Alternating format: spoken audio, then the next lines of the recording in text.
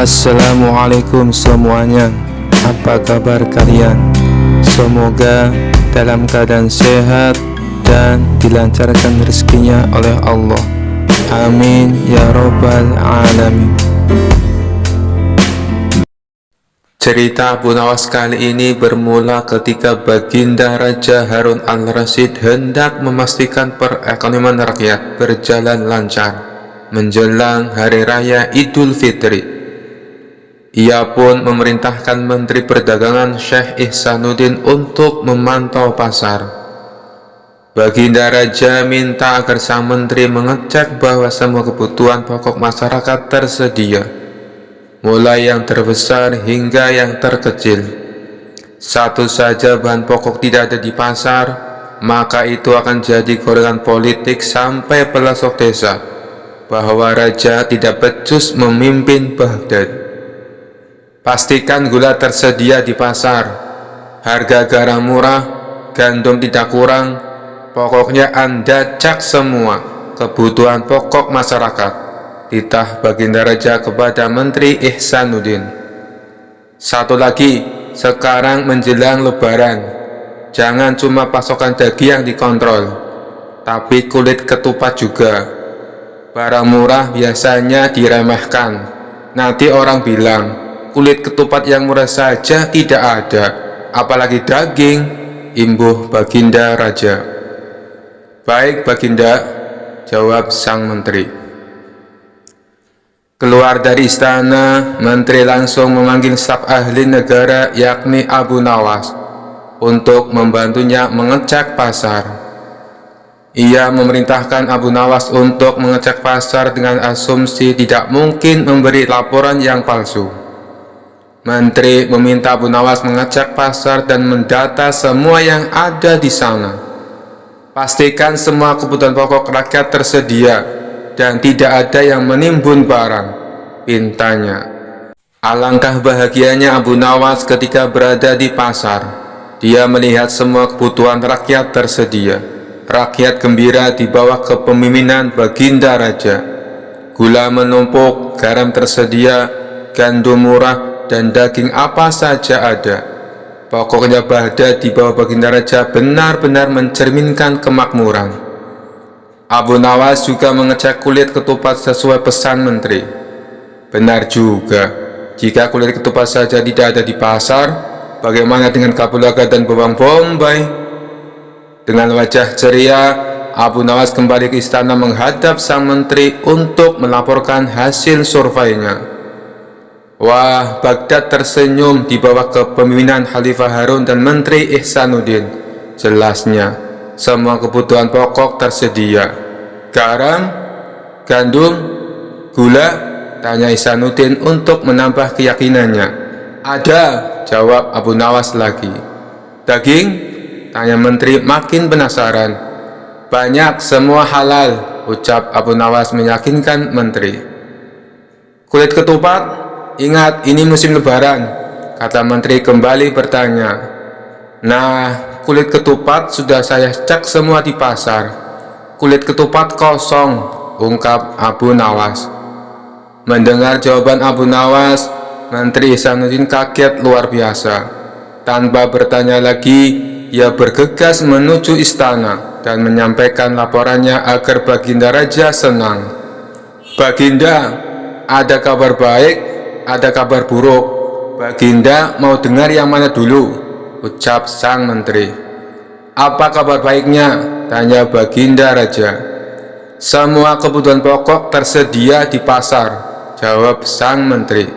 Kabar buruknya, tanya Baginda Raja dengan penuh rasa penasaran. Kabar buruknya hanya kulit ketupat yang tidak ada di pasar. Entah hilang dari pasaran atau ada yang menimbun, kata sang menteri meyakinkan. Mendengar jawaban menterinya, Baginda Raja mengerahkan serdadunya untuk menebang pelepah kurma sebanyak mungkin, lalu membuat kulit ketupat ramai-ramai. Ia ingin membanjiri pasar dengan kulit ketupat, agar para penimbun kulit ketupat kecewa dan rugi besar. Tapi Baginda Raja ternyata tidak puas. Dia langsung terjun ke pasar hari itu juga untuk mengecek kebutuhan pokok. Betapa kagetnya Baginda Raja karena di pasar ternyata banyak orang menjual kulit ketupat. "Bagaimana ini, Pak Menteri? Di pasar ternyata banyak kulit ketupat dijual," tanya Baginda Raja keheranan. Menteri Ihsanuddin juga kaget. "Tapi tadi kata Bu Nawas di semua pasar kulit ketupat hilang, tidak ada di pasaran," jelasnya terbata-bata. Dia lalu berteriak memanggil Abu Nawas. "Abu Nawas, tadi kamu bilang kulit ketupat tidak ada, hilang dari pasaran. Bagaimana ini? Kok ternyata banyak?" tanya menteri dengan nada emosi. "Benarkah itu?" tanya Baginda Raja sambil memandang tajam Abu Nawas. Pujangga Baghdad ini dengan tenang mengambil beberapa kulit ketupat dari pedagang, lalu menyerahkannya kepada Menteri Ihsanuddin dan Baginda Raja. "Silakan pencet, tuan-tuan," kata Abu Nawas dengan suara merendah. "Apa maksudmu?" tanya Baginda Raja. "Apakah semua kulit ketupat itu kosong?" tanya balik Abu Nawas. "Ya benar, semuanya kosong," jawab Baginda Raja dan Menteri bebarengan. "Nah, itulah yang tadi saya sampaikan kepada Menteri. Tadi saya katakan di semua pasar kulit ketupat kosong. Lalu salah saya di mana?" tegas Abu Nawas menjelaskan. "Abu Nawas!" teriak Menteri Ihsanuddin. Kisah selanjutnya. Abu Nawas dalam cerita lucu ini ditantang 3 orang sombong. Mereka pintar, tapi suka menantang siapa saja yang ditemui. Kali ini ketiganya coba menguji kepintaran Abu Nawas. Bermula 3 orang sombong ini memasuki kampung Abu Nawas. Kemudian penduduk setempat berusaha menghalangi 3 orang tersebut. Tapi tidak tahu harus bagaimana. Akhirnya penduduk setempat melaporkannya kepada Abu Nawas karena bisa menandinginya. Lalu Abu Nawas setuju. Dengan senang hati ia akan mengadu kepintaran dengan 3 orang yang dikenal cerdik tersebut. Saat itu mereka adu kepintaran di sebuah lapangan, sehingga masyarakat bisa menontonnya. Satu dari 3 orang cerdik tersebut bertanya kepada Abu Nawas, "Di mana sebenarnya pusat bumi ini, wahai Abu Nawas yang bodoh?" Disebut bodoh, Abu Nawas ternyata tidak marah, justru membalasnya dengan senyum. Lalu ia menjawabnya dengan nada santai, "Tentu itu mudah, pusat bumi ada di bawah kakiku." Namun ketiga orang sombong ini tidak terima dengan jawaban dari Abu Nawas. Mereka bertanya kembali bagaimana Abu Nawas bisa tahu. "Kalau kalian tidak percaya, ukur saja sendiri," ujar Abu Nawas. Orang pertama yang bertanya kepada Abu Nawas hanya terdiam setelah mendengar jawabannya. Selanjutnya orang kedua bertanya, "Berapakah jumlah bintang yang ada di langit?" tanyanya. Ternyata pertanyaan itu hampir sama dengan yang pertama, dan sudah dipastikan Abu Nawas bisa menjawabnya dengan mudah. Abu Nawas menjawab, "Jumlah bintang-bintang yang ada di langit sama dengan jumlah bulu keledaiku ini. Kalau tidak percaya, silakan Anda hitung bulu keledaiku ini. Pasti Anda akan tahu kebenarannya." Kesal mendengar jawaban Abu Nawas, orang ketiga dari kawanan itu lalu mengajukan pertanyaan kepada Abu Nawas. "Anda tahu bulu keledai? Coba berapa jumlah bulu yang ada di keledai itu?" tanya orang ketiga tersebut. Abu Nawas hanya tertawa meledek. Ia menganggap pertanyaan dari ketiga orang itu tidak kreatif, karena semua pertanyaannya sama, yakni menanyakan jumlah. Jumlah bulu ekor keledai ini sama dengan jumlah rambut yang ada di jenggot Anda. Kalau tidak percaya, silakan cabut satu persatu, ucap Abu Nawas. Sadar jika bulu jenggot dicabut satu persatu akan sakit, maka orang ketiga itu langsung terdiam dengan jawaban dari Abu Nawas. Ingin membalasnya, tapi tidak tahu apa yang harus ditanyakan lagi. karena ternyata Abu Nawas lebih cerdik dari dirinya. Kisah selanjutnya. Dikisahkan di kampung seberang ada seorang rahib yang terkenal religius.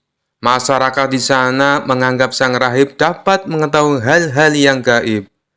Rahib itu menjadi panutan warga. Banyak orang yang berdatangan untuk meminta doa. Ada juga yang meminta untuk diramal masa depannya. Sang rahib menjelaskan bahwa dialah jalan menuju surga. Barang siapa ingin selamat dari siksa api neraka, maka harus menurut apa yang dikatakan oleh sang rahib. Dengan penjelasannya tentu membuat orang-orang ingin menjadi pengikutnya. Selain di kuil, ia juga menyebarkan ajarannya di pasar-pasar yang penuh dengan keramaian. Suatu hari sang rahib melancong ke daerah Abu Nawas. Ia bermaksud untuk menyebarkan ajarannya. Setelah memasuki kota Baghdad, ia berjalan menyusuri kota dengan berpakaian layaknya orang suci. Karena baru pertama kali memasuki kota Baghdad, ia terlihat kebingungan. Ia tak tahu jalan arah menuju pasar. Beberapa kali ia mondar-mandir tepat di depan rumah Abu Nawas. Abu Nawas yang kebetulan sedang duduk di depan rumahnya terus memperhatikannya hingga dirinya curiga terhadap sang rahib itu. Gerak-geriknya sangat mencurigakan, tapi sepertinya dia bukan maling. Masa maling berpakaian seperti orang suci? Pikir Abu Nawas dalam hati. Karena penasaran, Abu Nawas pun bertanya pada si rahib, "Wahai tuan, sepertinya Anda bukan orang sini. Siapa Anda?" tanya Abu Nawas. "Anda benar. Saya memang bukan orang sini. Saya adalah seorang rahib," jawab orang tersebut. "Rahib? Apa itu rahib?" tanya Abu Nawas kembali. "Rahib itu adalah orang yang membimbing manusia menuju jalan ke surga," kata sang rahib menjelaskan. "Oh, begitu ya. Tapi dari tadi saya perhatikan Anda terlihat sedang kebingungan. Sudah beberapa kali Anda mondar-mandir tepat di depan rumah saya. Memangnya Anda mau kemana?" tanya Abu Nawas. "Saya mau berdakwah di pasar, tapi saya tidak tahu kemana jalan arah menuju pasar," jawab sang rahib. Mendengar jawaban tersebut, spontan Abu Nawas pun tertawa. Hal ini membuat sang rahib menjadi emosi. Ia merasa harga dirinya direndahkan. "Kenapa kamu tertawa? Kamu mengejek saya?" bentak sang rahib. "Bukan begitu, tuan. Anda jangan salah paham," balas Abu Nawas mencoba menenangkan. "Lalu, kenapa kamu menertawi saya?" tanya sang rahib bertambah emosi. "Begini, tuan. Saya cuma tidak habis pikir. Anda kan mengaku sebagai rahib, orang yang katanya bisa membimbing manusia menuju jalan ke surga. Bagaimana Anda bisa membimbing manusia ke jalan surga, sementara jalan menuju pasar saja Anda tidak tahu?" celetuk Abu Nawas. Wajah sang rahib mendadak berubah pucat karena menahan malu. Ia pun segera pergi meninggalkan Abu Nawas. Kisah selanjutnya. Dikisahkan Baginda Raja baru saja melantik hakim baru istana. Hakim tersebut terkenal jujur dan baik hati. Baginda Raja menyukai hakim baru itu karena gemar berburu di hutan seperti dirinya. Di sela-sela waktu santai, Baginda Raja memanggil hakim baru tersebut untuk menghadapnya. "Bagaimana pekerjaanmu? Apakah ada kasus yang sulit diselesaikan?" tanya Baginda Raja. "Alhamdulillah, Paduka, semua pekerjaan masih bisa hamba atasi," jawab hakim tersebut. "Bagus, awas, jangan main-main dengan jabatanmu. Kalau kamu sampai ketahuan menerima sogokan, aku bukan hanya akan memecatmu, tapi juga akan menghukummu," ancam Baginda Raja. "Jangan khawatir, Paduka. Hamba ini bukan tipe orang yang suka disogok. Hamba justru sangat membenci perbuatan itu. Hamba ini sudah kaya Paduka. Buat apa menerima sokokan? Bukankah Paduka tahu sendiri, gaji sebagai hakim sepenuhnya hamba sumbangkan untuk fakir miskin? Ujar hakim baru itu. Baiklah, aku percaya. Oh iya, aku dengar kau gemar berburu di hutan. Bagaimana kalau besok kita berburu bersama-sama? Ajak Baginda Raja. Dengan senang hati, wahai Paduka yang mulia, hamba terima ajakan Paduka, balas hakim baru.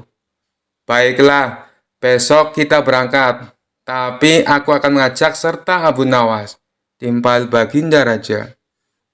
Abu Nawas yang saat itu sedang cekcok dengan istrinya, langsung menerima ajakan Baginda Raja. Dengan begitu, ia bisa menghindari kemarahan sang istri. Singkat cerita, Abu Nawas, hakim baru tersebut, dan Baginda Raja pergi meninggalkan istana. Ketiganya memulai perjalanan menuju hutan.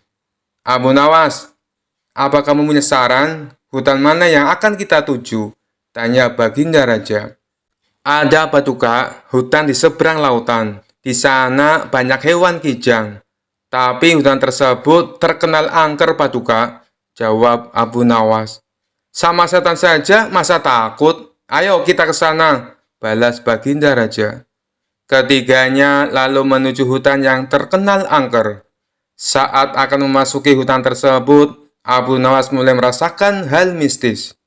Paduka, apa Paduka yakin akan masuk ke dalamnya? Tanya Abu Nawas. Tidak berapa lama, tampak seekor kijang muncul di hadapan mereka. Baginda Raja dan hakim istana langsung mencabut anak panah dan membidiknya. Tapi sayang bidikan mereka meleset, sehingga membuat kijang tersebut berlari ke dalam hutan. Ayo kita kejar, teriak Baginda Raja. Mereka pun mengikuti arah larinya kijang. Ketika sedang mengejar hewan buruan, tiba-tiba muncul seekor harimau. Melihat ada mangsa di depannya, harimau itu langsung mengejarnya. Baginda Raja dan Abu Nawas serta hakim istana spontan berlari, menghindari kejaran harimau tersebut. Setelah beberapa lama, kemudian akhirnya mereka bertiga pun selamat. Namun alangkah terkejutnya, mereka saat mengetahui tengah berada di dalam hutan. Pasalnya mereka bertiga tersesat di tengah hutan yang angker. Mereka tidak tahu harus meminta bantuan kepada siapa. Di tengah situasi yang mencekam itu, tiba-tiba muncul kakek tua misterius yang berpakaian serba putih. Kakek tua itu menanyakan perihal kedatangan mereka ke hutan tersebut. Kenapa kalian sampai ke tempat ini? Tahukah kalian kalau tempat ini sangat berbahaya? Tanya kakek tua tersebut. Kami tersesat, kek. Apakah kakek bisa membantu kami? Kata Baginda Raja. Aku bisa membantu kalian, tapi masing-masing dari kalian hanya dibatasi satu permintaan, balas kakek tua. Kemudian Baginda Raja mengungkapkan keinginannya. Begini, kek, aku ingin pulang ke istana. Aku ini adalah raja. Aku tidak ingin kehilangan istanaku, pinta Baginda Raja.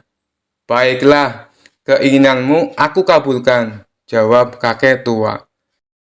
Seketika Baginda Raja langsung menghilang, dan dalam sekejap ia sudah berada di istananya, duduk di sanggasana bersama sang permaisuri. Syukurlah, akhirnya aku bisa kembali berada di sini, ucap Baginda Raja. Sekarang giliranmu, apa permintaanmu? Tanya kakek tua kepada hakim istana. Aku adalah hakim istana yang kaya raya. Aku ingin pulang ke rumahku yang megah. Aku tak mau kehilangan harta kekayaan. Aku ingin secepatnya berkumpul dengan istri dan anak-anakku, pinta hakim baru tersebut. Baiklah, keinginanmu aku kabulkan, jawab si kakek tua. Seketika hakim istana langsung menghilang dan berada di rumah megahnya, berkumpul dengan istri dan anak-anaknya. Kini tinggallah Abu Nawas seorang diri di dalam hutan. Sekarang giliranmu, "Apa permintaanmu?" tanya kakek tua kepada Abu Nawas.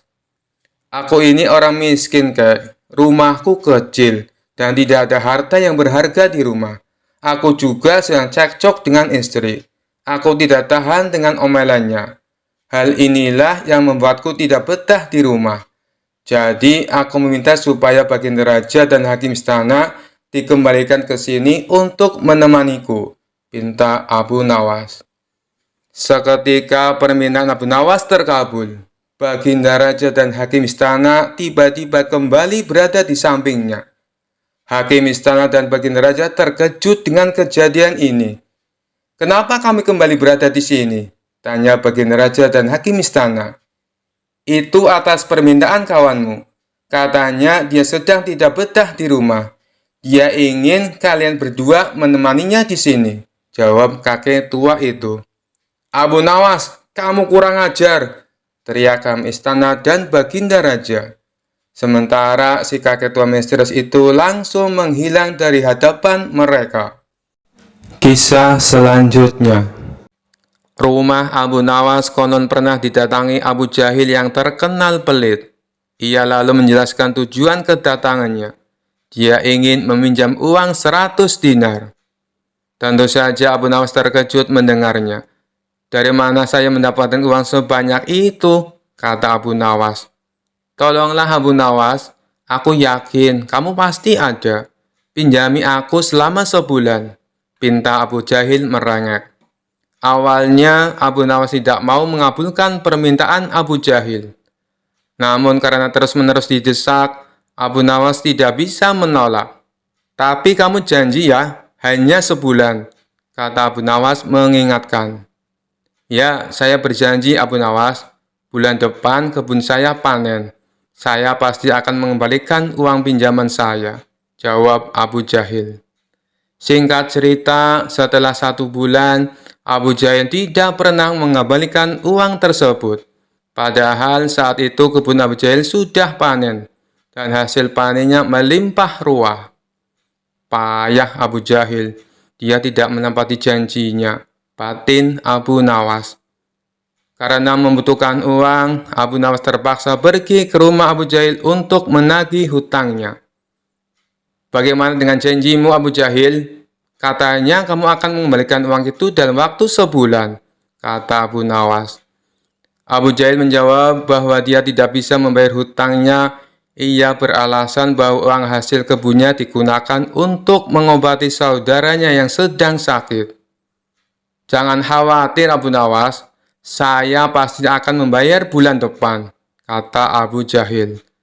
Mendengar jawaban Abu Jahil, Abu Nawas sangat kecewa. Akhirnya, dia pulang tanpa membawa uang sepeser pun. Beberapa hari kemudian, Abu Nawas mendengar kabar bahwa Abu Jahil sering mengundang teman-temannya untuk berpesta di rumahnya. Mendengar hal tersebut, Abu Nawas menjadi emosi. "Kurang ajar," katanya, dia kekurangan uang, tetapi dia malah sering mengadakan pesta, gerutu Abu Nawas. Abu Jahil pasti tidak akan membayar hutangnya karena 1000 alasan. Akhirnya Abu Nawas mendapat ide untuk mengerjai Abu Jahil. Keesokan harinya, Abu Nawas pergi ke desa seberang untuk menemui sahabatnya. Dia mulai menyusun strategi dan meminta bantuan seorang teman. Setelah strateginya matang, Abu Nawas segera mendatangi rumah Abu Jahil. "Mengapa kamu ke sini, Abu Nawas? Aku kan sudah bilang, jika mengembalikan uangnya itu bulan depan," kata Abu Jahil. "Jangan salah paham Abu Jahil, aku ke sini bukan untuk menagih hutang. Aku ingin mengajakmu bertemu orang pintar," jawab Abu Nawas. "Memangnya ada perlu apa?" tanya Abu Jahil penasaran. "Ini Abu Jahil, di desa seberang katanya ada dukun pesugihan yang bisa membuat kita kaya. Aku ingin mencobanya ke sana," jawab Abu Nawas. "Benarkah? Baiklah Abu Nawas, aku ikut. Aku juga ingin kaya," kata Abu Jahil kegirangan mendengar adanya tawaran dukun pesugihan itu. Singkat cerita, Abu Nawas dan Abu Jahil tiba di rumah dukun pesugihan tersebut. Setelah memanggil keduanya, dukun itu bertanya, "Apa yang kamu lakukan di sini?" Abu Nawas kemudian mengutarakan keinginannya agar ia ingin kaya tanpa bekerja. "Ah, itu mudah, tapi ada syaratnya," kata sang dukun. "Apa syaratnya?" tanya Abu Nawas. "Syaratnya harus ada yang dikorbankan. Tapi jangan khawatir, korbannya tidak harus dari keluarga. Orang lain juga bisa dikorbankan. Tapi orang lain itu adalah orang yang terkait dengan hartamu," jawab sang dukun. "Apa maksudmu? Aku tidak mengerti," tanya Abu Nawas lagi. "Ya, misalnya siapapun yang berhutang uang kepadamu, orang itu dapat digunakan sebagai korban, meskipun dia bukan anggota keluargamu," jawab sang dukun. "Bagaimana jika orang itu tidak mau?" tanya Abu Nawas. "Kamu tidak perlu meminta izin kepada orang tersebut. Nanti ia akan jadi korban tanpa ia sadari, dan tiba-tiba mati dengan mengerikan," kata sang dukun menjelaskan. "Oh, aku mengerti. Baiklah, aku setuju," jawab Abu Nawas sambil memandang Abu Jahil. Abu Jahil yang merasa dikorbankan langsung gemetaran. Dukun itu kemudian mengajari Abu Nawas mantra sebagai ritual. Tengah malam, setelah kembali dari rumah sang dukun, Abu Nawas berkata di tengah jalan, "Abu Jahil, kamu tidak perlu mengembalikan hutang yang 100 dinar. Saya ikhlas." Mendengar hal itu, Abu Jahil langsung ketakutan. "Jangan Abu Nawas, saya akan mengembalikan uang kamu nanti. Tepatnya saat sampai di rumah saya. Nanti akan segera aku kembalikan," kata Abu Jahil dengan ketakutan. "Bukankah kamu kemarin mengatakan bahwa kamu kehabisan uang?" kode Abu Nawas. "Saya masih punya banyak uang, Abu Nawas. Aku sengaja berbohong padamu," kata Abu Jahil. Akhirnya Abu Jahil segera mengembalikan uang pinjamannya kepada Abu Nawas di hari itu juga, sejumlah uang 100 dinar. Setelah diselidiki, terungkap bahwa dukun yang didatangi Abu Nawas dan Abu Jahil adalah sahabat Abu Nawas. Taktik ini sengaja diatur oleh Abu Nawas dan kawannya tersebut, agar Abu Jahil segera melunasi hutangnya. Kisah selanjutnya. Selama ini Raja memendam rasa penasaran, karena Abu Nawas selalu cerdik dan lolos dari setiap jebakannya. Raja terus berpikir keras mencari cara untuk bisa mengalahkan sosok humoris dan cerdik itu. Akhirnya Menteri Istana beri usulan sebuah pertanyaan yang menurut Baginda Raja sulit dijawab Abu Nawas. Maka saat itu juga dia memerintahkan beberapa pengawal untuk memanggil Abu Nawas. Para pengawal pun sampai di rumah Abu Nawas.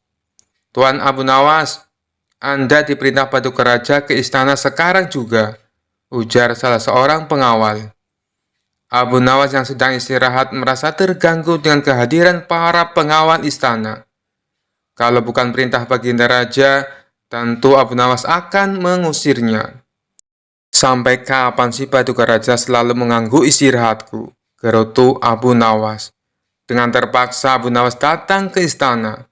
Akibat perasaan yang sudah dongkol, Abu Nawas pun bertingkah agar Baginda Raja emosi. Ia langsung mengambil makanan dan duduk di samping sang raja. Awalnya tingkah Abu Nawas yang tidak sopan ini sempat membuat Baginda Raja jengkel. Tapi karena ada rencana untuk mempermalukan Abu Nawas, ia pun menahan emosinya. "Wahai Abu Nawas, aku ada tebakan untukmu. Apakah kau siap menjawabnya?" tanya Baginda Raja. "Tujuanku ke sini memang untuk menjawab tebakan paduka raja," jawab Abu Nawas dengan enteng. "Bagus, kalau kau bisa menjawab pertanyaanku, aku akan memberikanmu hadiah 1000 dinar, ucap Baginda Raja. "Tapi kalau kau tidak mampu menjawab, sebagai hukumannya, rambut kepalamu harus digundul, dan jenggotmu dipotong bersih. Lalu aku akan mengarakmu dengan keledai," sambung Baginda Raja. Seketika Abu Nawas pun terkejut, karena biasanya hukumannya akan diterima yaitu penjara selama sebulan. "Baiklah, Paduka Raja, tapi hamba tidak menginginkan uang," balas Abu Nawas. "Lalu apa yang kau inginkan?" tanya Baginda Raja lagi. "Hamba ingin Paduka Raja memerintahkan semut-semut itu jangan menggangguku," jawab Abu Nawas. Baginda Raja pun kaget dengan permintaan Abu Nawas. Sejenak dia berpikir bahwa semut-semut itu bukan rakyatnya, maka tidak akan mungkin terjadi.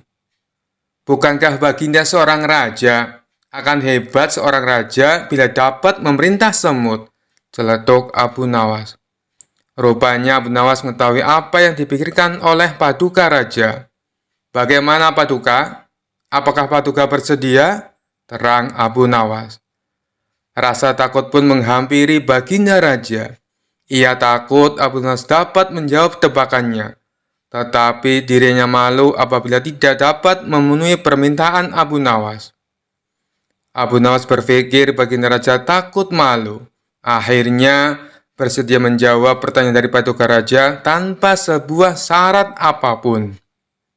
Mendengar hal itu, Baginda Raja merasa tenang dan lega. Ia pun langsung mengajukan pertanyaan tebakan kepada Abu Nawas. "Pohon apa yang berumur 1 tahun, memiliki 12 cabang, setiap cabangnya terdiri dari 30 daun, dan daun-daun tersebut sebagian menghadap ke arah cahaya, serta bagiannya lagi menghadap ke arah gelap," ujar Baginda Raja. Namanya saja Abu Nawas, pertanyaan sesulit apapun pasti akan dijawabnya. Pohon itu mewakili tahun, karena ada 12 bulan dalam 1 tahun, dan 30 hari dalam 1 bulan, di mana 30 hari tersebut terbagi menjadi siang dan malam, jawab Abu Nawas. Baginda Raja pun terkejut saat Abu Nawas menjawab tanpa berpikir lama. Namun ia tenang karena sebelumnya syarat yang diajukan oleh Abu Nawas sudah dicabut. "Tapi rasanya tidak adil, Abu Nawas, kalau aku tidak memberikanmu hadiah. Katakan, Abu Nawas, apa yang kau inginkan?" kata Baginda Raja. "Baiklah, hamba minta 500 dinar, dan selama 1 bulan, Paduka Raja tidak boleh mengganggu hamba," jawab Abu Nawas. Sekian dulu perjumpaan kita kali ini. Sampai bertemu lagi di kisah-kisah selanjutnya. Terima kasih yang sudah subscribe dan setia menonton channel ini. Wassalamualaikum warahmatullahi wabarakatuh.